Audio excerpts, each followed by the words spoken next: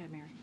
Aside from the special counsel, aside from this review, I just have a question about process and classified documents and their handling, because I think there's some confusion amongst the public and even in this room.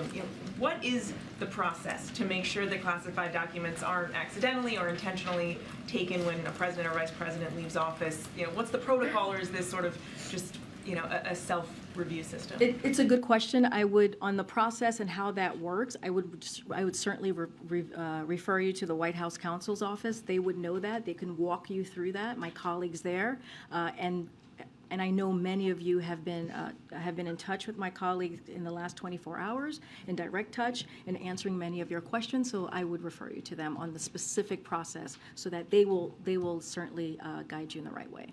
But as far as you know, is it ever okay for classified documents to be mixed with personal effects? What I can say, what I can say is what the president has said before, what I have said multiple times. We take this very seriously. The president takes classified information, classified documents very seriously. But look, I've said this before. We have addressed this issue multiple times at length.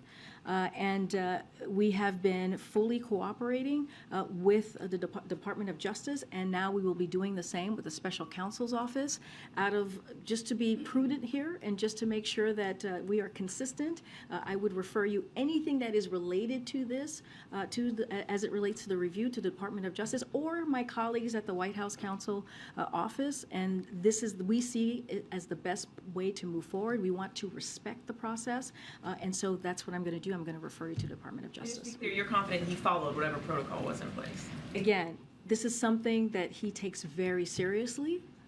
The president, when it comes to classified documents, when it comes to classified information. I'm not going to go into any specifics from here. If you have any questions, anything further that's related to the review, or I will refer you to the Department of Justice or my colleagues over at the White House Counsel's Office, who I know many of you, who I'm staring at right now, has been in close touch.